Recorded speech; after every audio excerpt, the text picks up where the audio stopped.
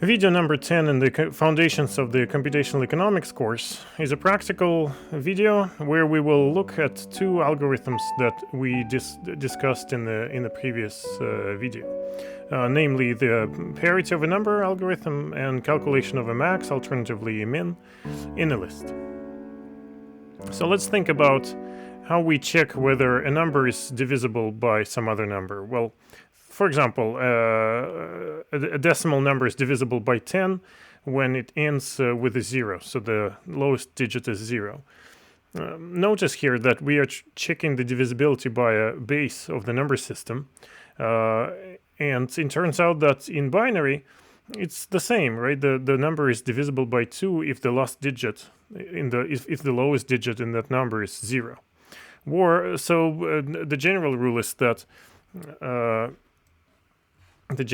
is that the number is divisible by its base when the last digit is 0. Fairly simple. Okay, let's try to implement this.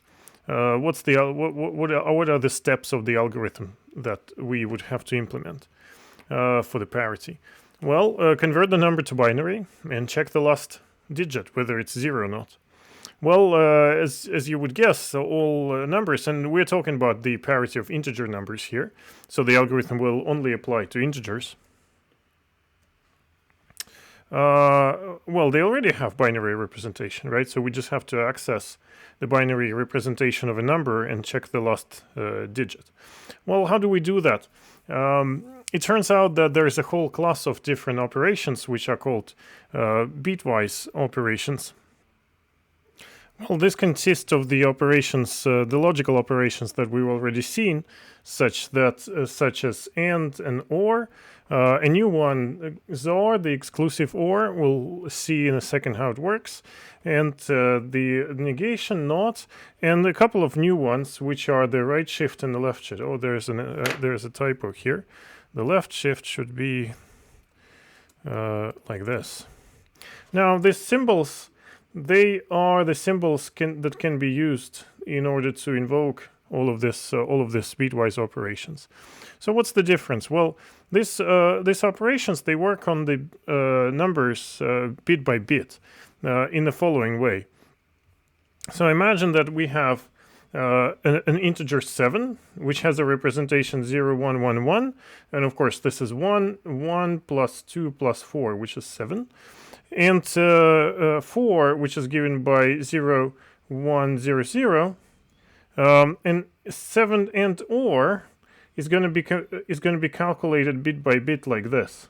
So an AND operation is applied to the input bit 1 and 1, which results in 1, or 1 and 0, which for AND, of course, results in 0. And the whole answer is going to be 4, right? Because 0, 1, 0, 0 is a representation for decimal 4.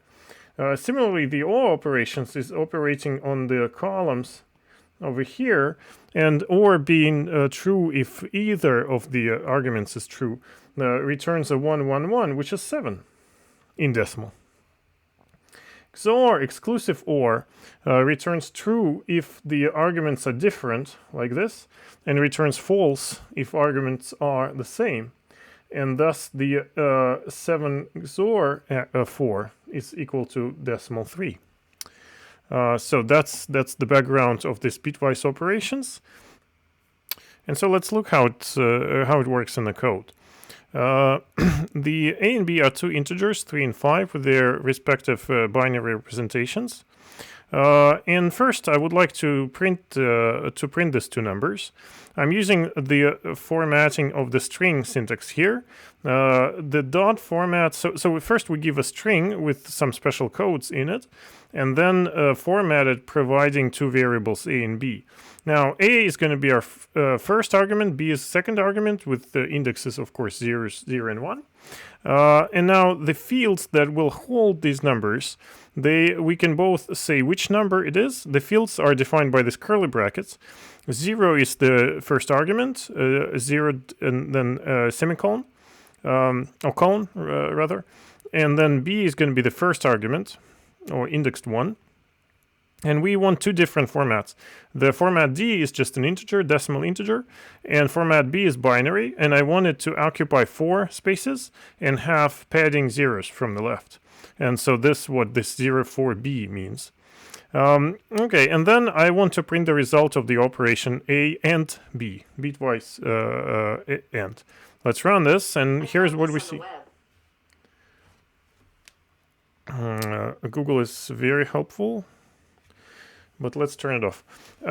So A is 3 and B is 5. And the A and B, you can see that bitwise AND worked exactly as we would expect. So you know, vertical like this, 1 1 1 1 1 1 is 1 in this column, and then all the rest of the bits they turn to 0 because of the AND operation. So there's 1 and 0 becomes 0. It's a little bit hard to draw on such a tiny size of the font. So A and B, 3 and 5 is 1. That's the bitwise AND. Let's look at the other one, bitwise OR. Well, here OR is going to take 1 or 1 is 1, and as we saw, it produces the 1 1 1 bits, which corresponds to the digital number 7. And let's look at XOR. XOR becomes 0 1 1 0, which is a 6. All right, so these are bitwise operations for you. Now let's look at shifts. A left shift is essentially an operation where the argument given here, all the bits of the arguments are shifted, in this case, by 1 spot. So this operation would be written like so. All the bits are shifted left, right, by 1 spot. And 0 is added, the 0 that comes over here. 0 is added from the left. The right shift is opposite, as shown over here. And it's worth noting that in Python, the last bit gets multiplied. This is what's called the arithmetic shift. Well, this is just for your information. I'm not sure that we will be using this, although this is kind of nice to know that these operations exist. So here's a pop-up quiz. Can we replace some arithmetic operations with this bit operations, in particular with the shifts? Let me give you a few seconds to think about it.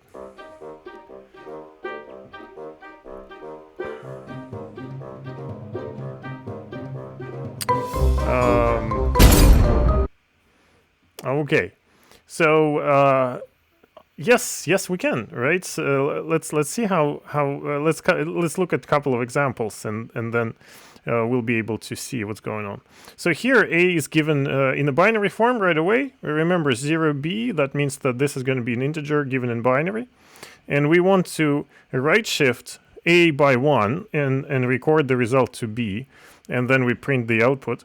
And in the second line, we are left shifting A by 2 and printing the output. And here you see what we would expect, right? All these bits and being shifted to the right. One gets completely lost, and we get a different number in decimal. And the same thing here. All these shifts they are shifted to the left, with zeros added here in the end. Now, what are the operations that we can replace with bit shifts? Well, look at this. A is some binary defined integer. It's 227, in fact. And in this little code, I take i's from 1 to 10. X is going to be 2 to the power of I. And what I want to do is I want to divide A by this x in the integer way, and then s is going to be a shift operation by the I places. You may have already guessed that we would have exactly the same answer, and this what this code shows us. So A divided by 2 is 113, and shifted by 1 bit because this is binary, then shifting right by 1 bit is exactly the same as dividing by 2. Right, shifting by 2 bits is exactly the same as dividing by the number by 4, by 2, the base of the number system to the power 2, and so forth. Shifting by 8 is the same as dividing by, shifting by 3 is the same as dividing by 8 in this line, and so forth. And of course, then at some point we divide by the number which is big enough to get to only have an answer of 1. And shifting a by 7 places, remember this is a, essentially just leaves one last bit remaining here. And if we do more, then no positive bits, no truth bits remain, and we have a 0. Okay, so these are the shift operations, which is nice to know. Okay, let's get back to the parity algorithm and to the practical part of this video. Now it's very clear what to do. Right now that we know the bitwise operations, well, we need to check whether the last bit in the binary representation of the number is 1 or 0. If it's 0, then the number is divisible by 2, so it's even. Otherwise, it's odd. What can we say about the numerical complexity of this algorithm? Well, no matter how big the number is, it's only 1 bit that we have to check, the only last bit, right? So it doesn't really depend on the size of the input whether we would have to do more work when checking the last bit. But here's a word of caution. It actually depends on the implementation.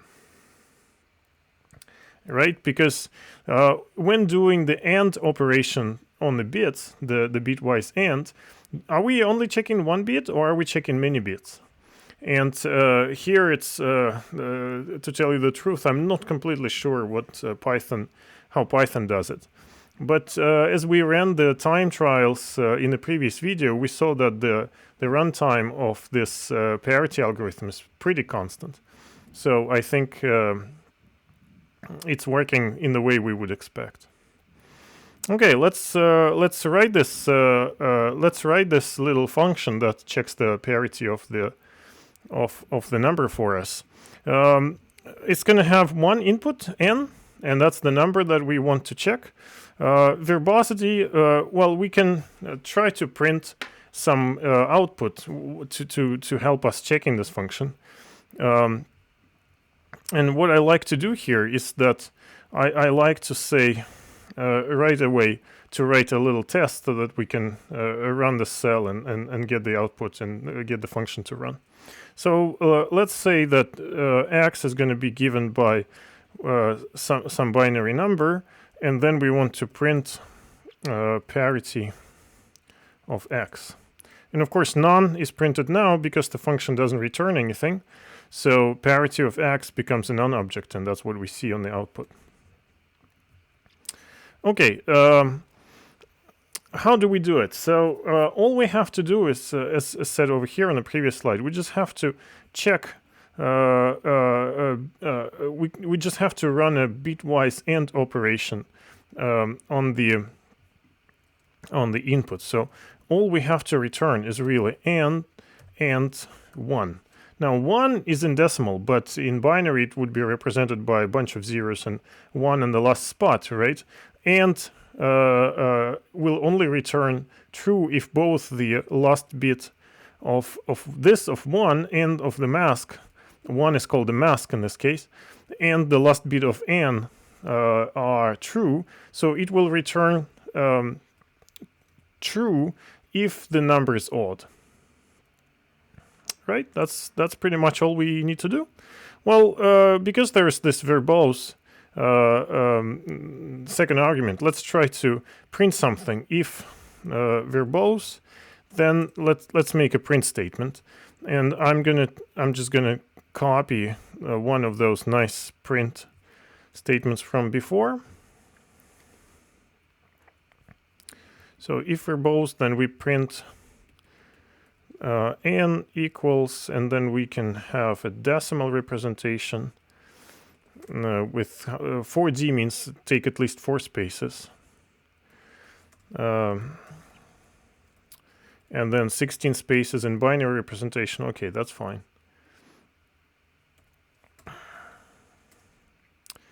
And let's say,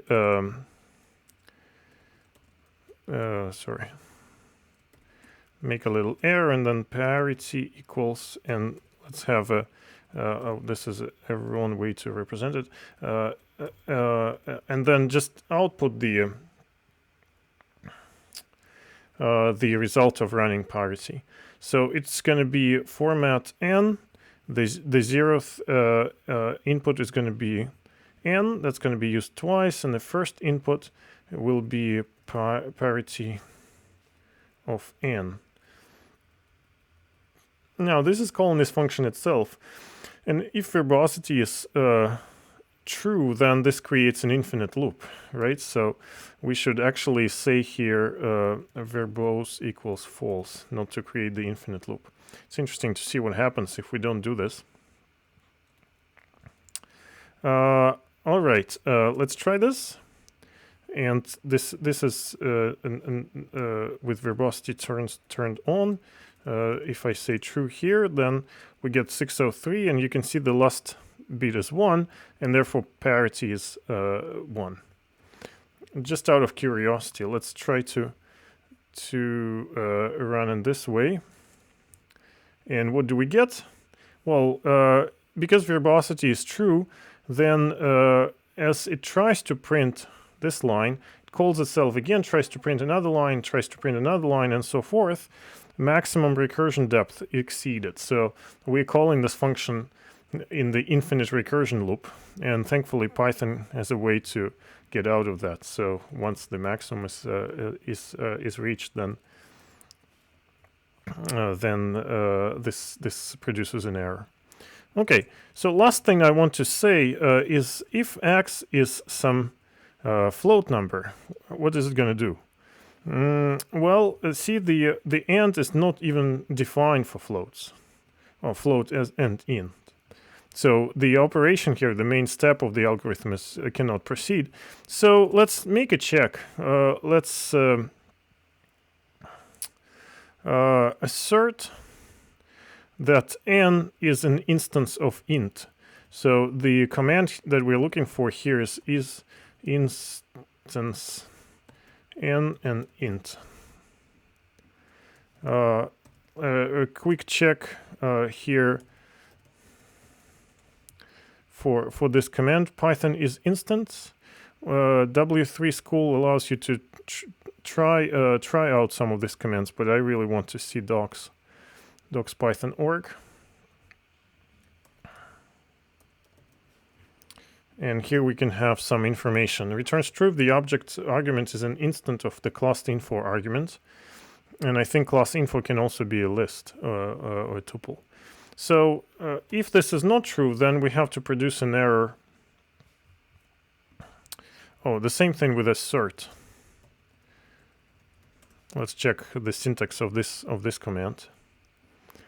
Again, W3 schools, programmers, Peter, Stack Overflow, docs python.org. I want to read the docs.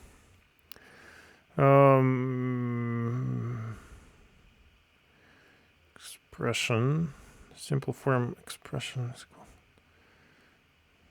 Okay, it's going to be an assertion error. Oh, all right. Well, that's all right. Let it be an assertion error. What can we say here in the error message? Parity only works for int. Okay, and this is going to be the final form of this function. Very simple, and yet a good illustration of the bitwise operations.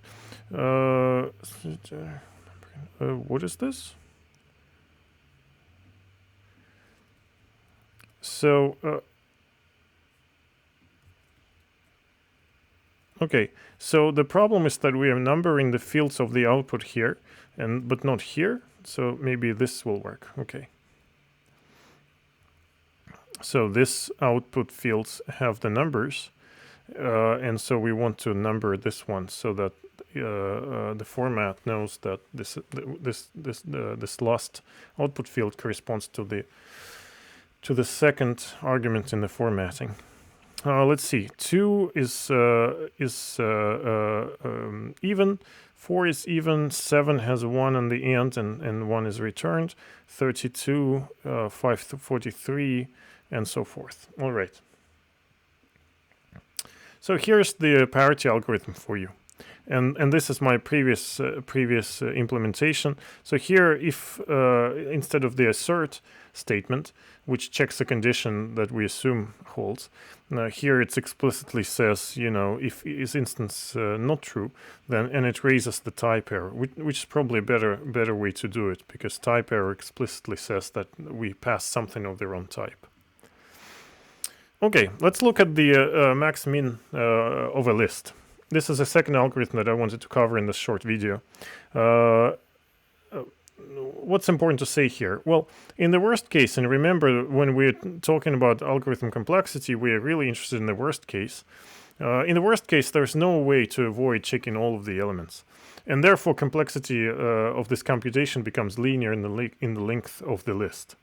Let's try to write this function that should, let's see here, it should basically find maximum in the list, returns the maximum from the list of values. How do we do it? Well, the list here is vars, and we have to organize a loop over all of the variables here. So x is going to take values from this list, or it could be a tuple. In fact, it could be any iterable, as we will see in the in a short time in a different video. Okay, so I'm going through all of the elements of this list, and I can say if x is greater than my current maximum, then my current maximum should become x. This is where m becomes the current a record already found. How should we initialize it? Let me put spaces according to PEP8. M should be initialized with something really, really small. What's the best small number? Well, that's minus infinity. Unfortunately, we need to import NumPy. It's already next week that we will look at this library and find out all about it. But this is NP that has the inf. I think it's spelled like this. If I press tab, then Jupyter Notebook will help me find the properties and methods of the corresponding class. Well, let's try it this way. I'm running it. And of course nothing happens because I have to call the function. I forgot that. So let's call the function with the maximum from list with some list and print the result. Oh, unexpected parentheses. And again. It doesn't return anything. Well, yeah, we forgot to return. So we need to return. What do we return? Well, we return the maximum, right? And the maximum becomes 5 in here. Very well. Now, another way to do it without NumPy is actually take the string that says -inf and convert it into a float. Because floats already have the special numbers of infinity and minus infinity. And we can print it here just to check what it is, and it is -inf and type of this variable is a float. Okay. What could we improve in this code? Well, let's use the Pythonian way of converting this if. This is a very simple if into a one string. So remember, this can be done by saying value if condition else another value. And this is an expression that can be equated to the new variable. Here we are updating m, so we want to say m equals x if this condition holds, else m is just equals to m, so nothing changes. Right, so this line changes or replaces those two. And here we are. This is a sort of a more a style more corresponding to the to Python programming. Change m to x if x is greater than m, else keep m unchanged. Okay, that should be it. Let's run some tests here in the next cell. So what are we doing here? We're looking at 5 different examples. Here NP is used. It should actually say he imports numpy as NP. And we're using the random number generator from this library to generate the uniform list of numbers between 0 and 100 of size 10, so 10 numbers. This is an array, just a random array. This is good for the tests, right? And then we want to find the maximum from it and print it every time. So let's see whether it does the job correctly. 20, 36, 23. Look at this array. Yeah, it does seem that 65 is the maximum number. What about here? 98. There it is. Anything larger? No. And you can check the rest of them. So it works. Here's my previous implementation. And that concludes the video today. If you want to read more about formatting strings, here's the link. It might be a little bit confusing. There are several styles of string formatting in Python, and I'm switching between different styles because the way you do it in C is actually also implemented, but today we did it in sort of in a Python specific way. There is some more information on the bitwise operations. See you in the next one.